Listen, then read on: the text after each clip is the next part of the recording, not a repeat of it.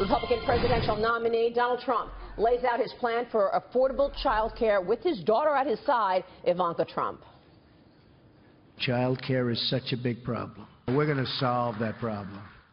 That means we need working mothers to be fairly compensated for their work and have access to affordable, quality child care for their kids. That's what we're doing. We want higher pay, better wages, and a growing economy for everyone. Raising children full-time is one of the hardest jobs anyone can do, and it's essential that our policies recognize and honor that reality. I want to bring in right now Congressman Marsha Blackburn, who was at the event yesterday. Yeah. Congresswoman, good to see you. Thanks so much for joining us. Good to see you. Sure. Well, I was watching you last night taking such leadership, getting up there on stage, taking the microphone. I want to ask you about this plan and whether it is a game changer. Sure. But then I also want to ask you about the women vote. There he is in Pennsylvania. He needs to win Pennsylvania, and he needs that women vote. Talk about the plan for a second. Is this a game changer when it comes to winning over more female votes go to child care? Yes, Maria, it is indeed, because not only is it a game changer, but what you're doing is starting a conversation. So this is the conversation starter. You're talking about options. You're talking about relief, how to deal with child care and make certain that children are safe and have access to the opportunities you want them to have and experience is one of the top issues for working parents.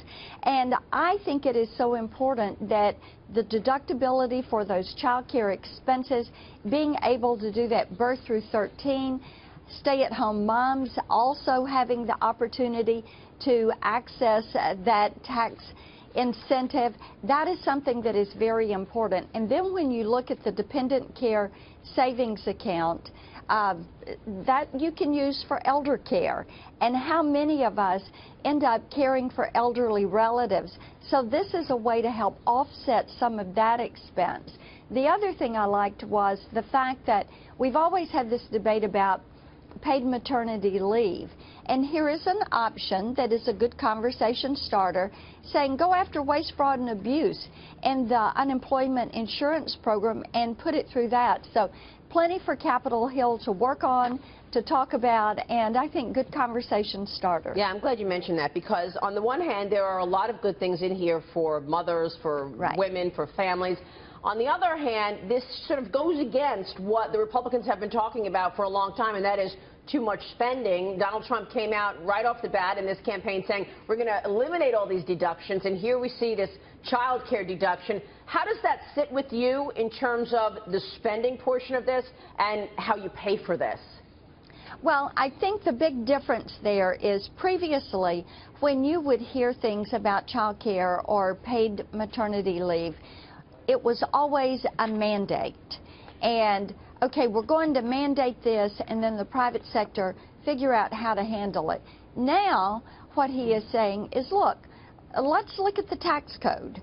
And families have changed, work conditions have changed, the way people organize their family life has changed. So, yes, it is a family issue.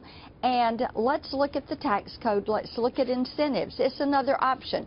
If you want to take advantage of it, it is there. Yeah. So since we have this tax code, let's put this into it and use that as a starting point, see where we get. I want to